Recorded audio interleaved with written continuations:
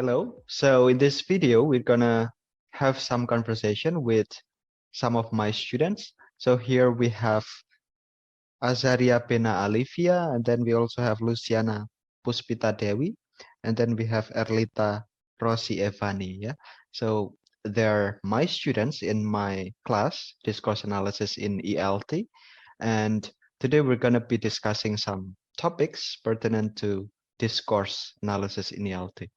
My students here, they're actually doing some research on discourse using speech act analysis and also genre analysis. So we're gonna have some question and answer session, and I hope that we can get deeper understanding about speech acts and also genres. Okay, I want to ask, uh, in genre analysis, what kind of aspects that should be included? I mean, like, is it just written form or spoken? Okay, that's an Thank you. interesting question. Yeah, Erlita.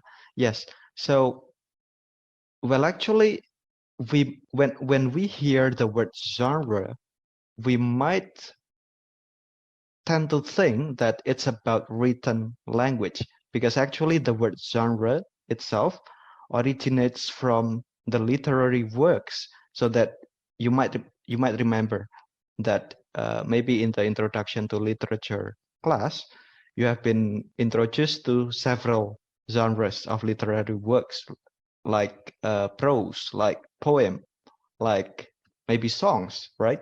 So those are typical genres that we used to have in the traditional sense, because the word genre actually came from literature. And then maybe it's the reason why we think that genres are about written text, right?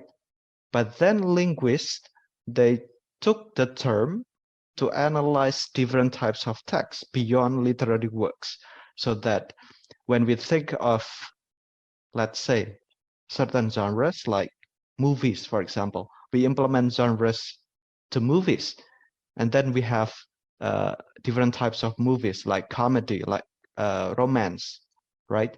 And then linguists also implement the notion of genres to different texts that are more conventional. Let's say you might have genres like newspaper article, and then you might have email as the new genre that we have in this modern life. And then, is it only about written text? That's the question, right? Is it only about written language? The answer is no.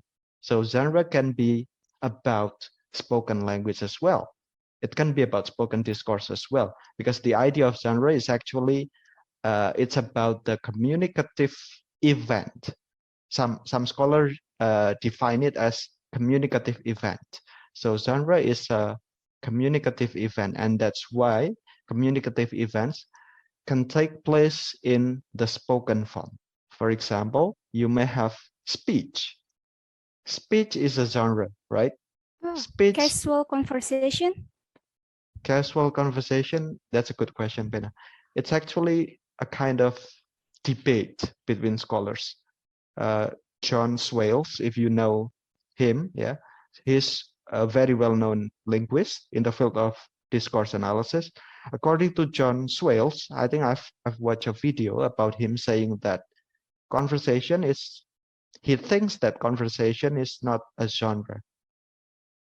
Some scholars, some other scholars might think that conversation is a genre. And let me give you another keyword. So usually genres have recognizable stages. So when we say that it's a genre of text or a genre of discourse, usually we can identify the recognizable stages. Now, the problem with the conversation is that it might not have recognizable stages in certain types of conversation, right? Because it's somehow unpredictable. Like we can we can have conversation about many things, about many topics, anywhere, anytime, right? It depends on who we are talking to. So I think that's what motivates John Swales to think that conversation is not a genre. Yeah. But if you can identify the recognizable stages, because genre has stages, yeah, like speech, for example. Usually in speech we have uh, like opening remarks, and then we have the body of speech, right? And then we have closing, and maybe you know, like the end remark or the closing remarks, right? So usually a genre has stages. In conversation, if you can identify the stages, then probably we can consider it as a genre. But if you ask me personally, well, it's between yes or no. Yeah. It's kind of difficult to identify the stages of conversation. It depends on the conversation. But when we're talking about phone conversation, then maybe I'll say that it's a genre, because it usually always starts with hello, right? When you pick up a phone call, you always say hello, right? So that's, I think it's like the one of the stages in phone conversation. Yeah. So it depends on the types of conversations. Do you think that genre analysis is limited to analyzing the form or the structure, or you said before as stages and purpose of the writings, or is there something else that we can analyze using genre analysis? For example, the language feature, for example? The answer is yes. I know it's a bit uh, anticlimactic, right? It's a bit anticlimax because I give you the answer directly. Yeah? The answer is yes, but then I'm gonna need to explain. So why is it yes? Because we can identify the linguistic features of a certain genre. So it's not only about stages. For example, if you want to analyze, let's say, an email or maybe cover letter, you want to analyze the genre of cover letters. Then, of course, you can start with the stages. Yeah, you need to remember that letters are categorized as cover letters because they have the same communicative event or communicative purpose, right? What is the purpose of cover letter? The purpose of cover letter is to apply for a job, right? So that's the purpose of cover letter. And then the question that you might ask in doing genre analysis is by asking this maybe. Is there any identifiable stages in cover letters? Do they share the same stages or not? If yes, then I think it's worth studying, right? So your finding can be sort of, the identifiable stages. Cover letters, they share the same characteristics or the same stages, and the stages are A, B, C, D. That's the first thing that you can do. And then the second thing that you can do is when you have a collection of cover letters, sometimes they might be different between one and another. So one cover letter might have a different stages, for example, compared to the other one, or maybe one cover letter might have different style of language, different choice of words compared to the others. So that can also be done in your genre analysis. So it's not only the stages, but also the styles. You can analyze the context. So in what context is the cover letter written?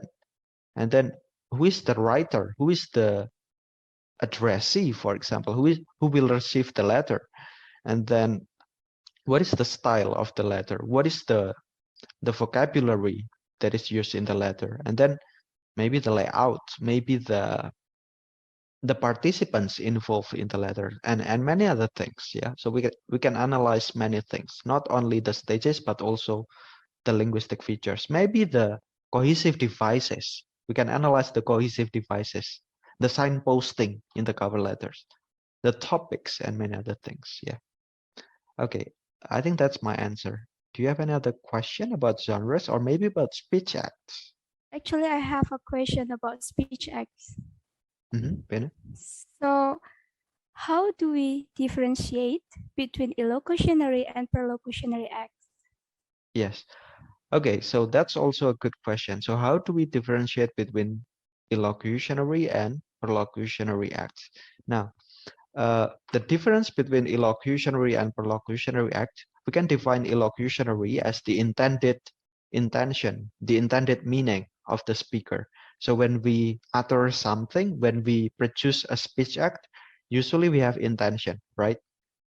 and that is illocutionary act. Now, what about perlocutionary act? Perlocutionary act is the intended effect that we have on the listener. So, for example, when I say, have you heard that I've bought the new album of BTS, for example? I know that you are a fan of BTS, right? So, have you heard that I've bought the new album of BTS? That's my locutionary act, right? That's my question, my utterance. So the meaning of that utterance, the literal meaning, it's the locutionary act. Now, your question is the difference between illocutionary act and perlocutionary act. Illocutionary act is my intention. When I ask that question, is it a real question, or do you think that I have another intention? Anyone? You have another intention? So what do Maybe you think is flexing? okay? So that flexing is actually, when you think that it's my intention, then you can say that it's my illocutionary act. So let's say my illocutionary act is to do flexing, to to show off. Showing off is my illocutionary act.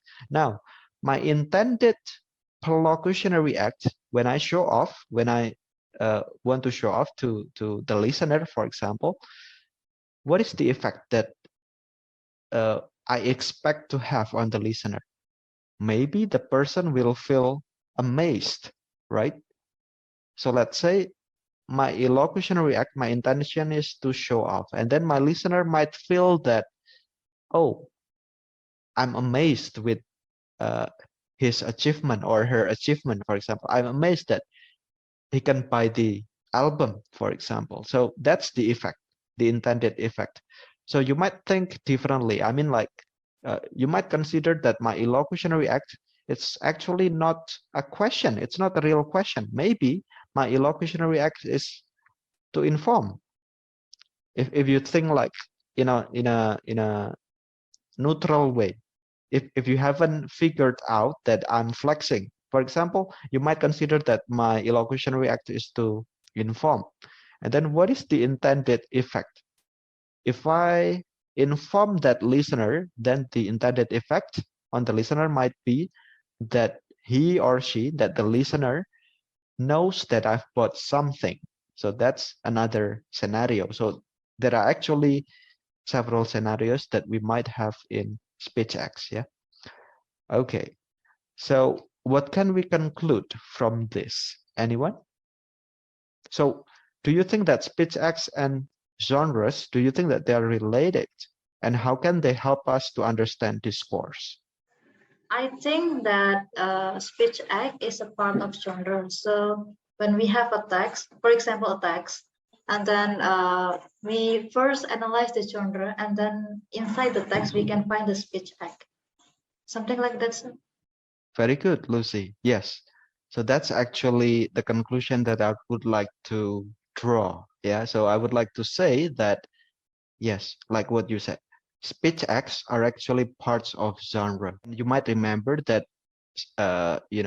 in the class, I have said that speech acts are the basic units in discourse. It's like the smallest units that we have in discourse.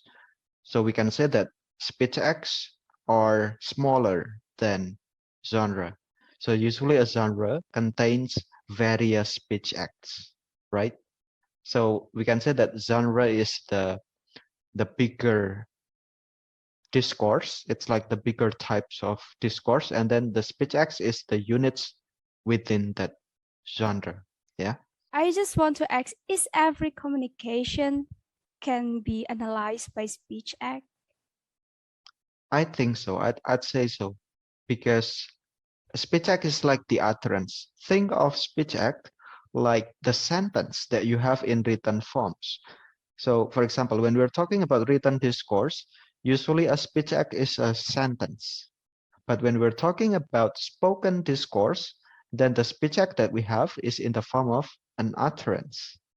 So utterance and sentence are actually the same thing. Utterance is the sentence that we have in spoken form, or the expressions that we have in spoken form, while sentence is the utterance that we have in written form. Yeah. So I'd say that, yeah, in every communication, there's always speech acts. So I think we have come to the end of this discussion. I really appreciate your willingness to join this conversation, and I hope that you can understand something from this discussion. And thank you very much for coming, Luciana, Pina, and Erlita. Bye bye.